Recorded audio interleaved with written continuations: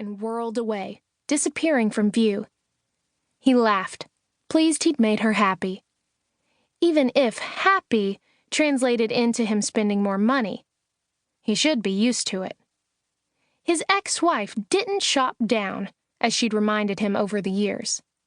The harder and the more hours he'd worked, the more money his ex had spent to compensate for his absence. Although they'd been divorced for more than 2 years, he didn't think she'd changed her habits. Certainly his monthly child support and alimony had guaranteed her the lifestyle she'd come to expect. At least it had until he'd lost the bulk of his wealth in a huge investment gone bad and moved back home. He'd been about to petition the court to change the payments, since he now earned much less than he had in the past, when his ex let him know she was remarrying. That ended Derek's obligation to pay alimony, leaving him with child support only. That he could definitely afford without issue. He glanced upstairs. "How about we get ice cream while we're at the mall?" he asked. "I'm lactose intolerant," came the reply. He winced. Shouldn't he remember that? He consoled himself with the fact that by the time the summer ended, he'd know everything there was to know about his daughter. "We'll get lunch instead," he said. "Okay, I'll be down in a sec. I have to change." Another thing she'd learned from her mother. She was obsessed with fashion, even at her young age. He figured she'd be at least 20 minutes. "I'm going to return Fred to your grandfather's." He patted his leg and whistled. The basset hound came down the stairs slowly, sauntering toward him. Fred didn't look any more guilty for chewing Holly's sandals than he had after he'd peed in the shoes Derek had left at the foot of his bed this morning. Why should he? Fred pretty much did as he pleased, and nobody had said anything for the past 10 years. If Holly didn't love the dog so much, Derek would move Fred to his father's place for good. Derek snapped a leash onto Fred's collar, neither of which the dog had owned before Derek had come back home.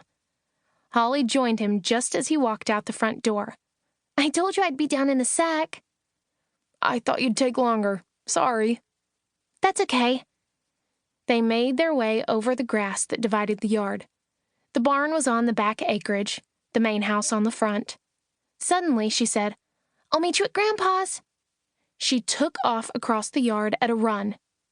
He debated jogging over too, but one look at Fred's sad face and he changed his mind. "You're going to make me fat, old man," Derek said to the dog, slowing his pace a little more. "Dad!" Holly shrieked, shattering the silence of the quiet morning. "Grandpa has a gun!" "Good Lord," Derek muttered, pulling Fred into a jog, whether he liked it or not. What was his ornery father up to now? Holly ran back to him and he handed her the leash. "Stay here," he instructed his daughter.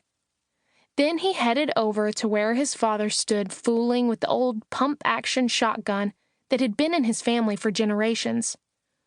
"Put that away before you shoot yourself." Hank Corwin lowered the gun to his side, glanced at Derek, and frowned. "It's not loaded." Derek breathed a sigh of relief.